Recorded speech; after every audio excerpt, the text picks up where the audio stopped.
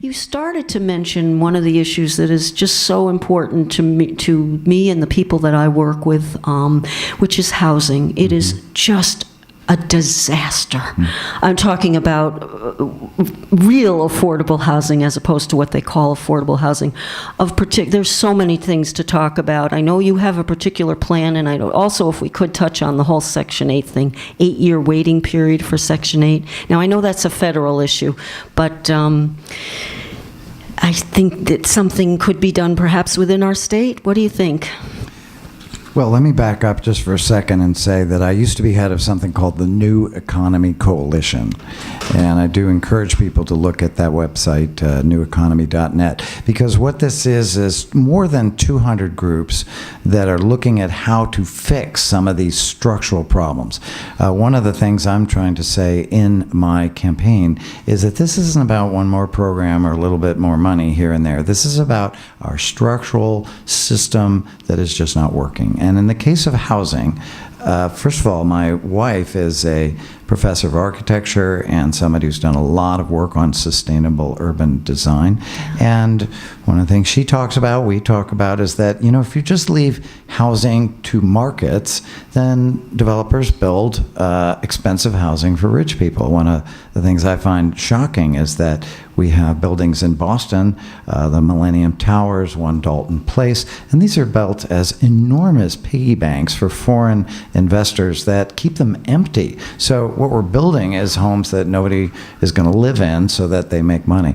And so what we need is to rethink all the different pieces. We don't build public housing anymore. I think we need to think about that. We have the Section 8, the different vouchers, and those can be valuable, but when you run up against a pinched supply, we need to think about different forms of ownership. So land trusts can really lower the cost of ownership and renting because you don't have to own the land. And you can sign, there are structures around the country, you can have a 99-year lease, you build the building, and that cuts the cost in half. Obviously, we need to think about rents as well. I believe we should take another look at rent stabilization. I believe we need to, people need to be able gradually to increase rents, but when they rocket upward, what that leads to is people spending more than 50% of their income. It means that people are kicked out and displaced. It means a lot of young people, and particularly in the so-called millennial generation, we're about to release some information about this, but people just simply can't afford to live anywhere. Well, and that's also true for working families and people trying to live on minimum wage, low-income people, communities of color. And seniors. It is hitting more and more and more in our community. We need to think about changing our zoning, which can sound very technical and boring, but it can make a major difference. Those of us who've had the privilege of visiting Europe know they've had these density problems, and that means that they've encouraged things like building a mother-in-law apartment in the backyard if you have a backyard. And allowing it. Yes. That's a big issue. So there are a lot of solutions. Yes. And one of the things that I find very frustrating is that, and this is a little bit of a baby boomer problem, we grew up thinking America's the biggest, the strongest, has the best of everything, and it's just not true anymore. We have seen people deal with these problems globally, move forward on energy, on housing, and we're sitting here in Massachusetts priding ourselves, wow, we are so far ahead of the rest of the world at the very moment when we are not ahead anymore. So one of the things, and it's not easy in politics to go around and say, oh, by the way, that reputation that we think we have isn't quite true anymore. So, and the thing is, people do know it, but they also need to hear what are the solutions. So again, there are actually many, changing the financing, changing the owner structure, but you really do need to have leadership. And unfortunately, we just haven't had that, particularly from this governor who, I don't know, he lives in a big mansion in Swampscott.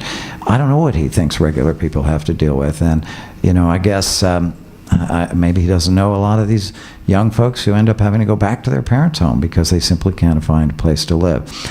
If I could just add one thing, we had a young woman, a daughter of friends of ours, who lived with us for a month. She was working overnight at Logan Airport. making the food that are served to people on airplanes. And, you know, she made less than $1,600 a month. And she was supposed to go out, find an apartment. In Somerville, it's $2,300 a month average. And that's before you pay for anything else. So she's trying to play by the rules, and she is homeless. And so more and more. A lot of that going around. A lot of that going around. Working poor. Working poor. Right. So that problem of wage inequality tied to wealth inequality, so that people aren't paid enough so that they can ever afford to get ahead, that's becoming a more and more severe problem. But the people at the top don't get it, and unfortunately the people at the top tend to control our politics and the money that goes into politics. I mean, look, honestly, if Charlie Baker and I had the same amount of money, I'd blow him out of the water. But I have to figure out how to, you know, he can be rich in money. I'm hoping that we'll be rich in people, win this particular primary, and then go on and have a truly progressive change. But it's going to require, you know, everybody in this room, everybody listening, to decide that it's worth it and that it's possible.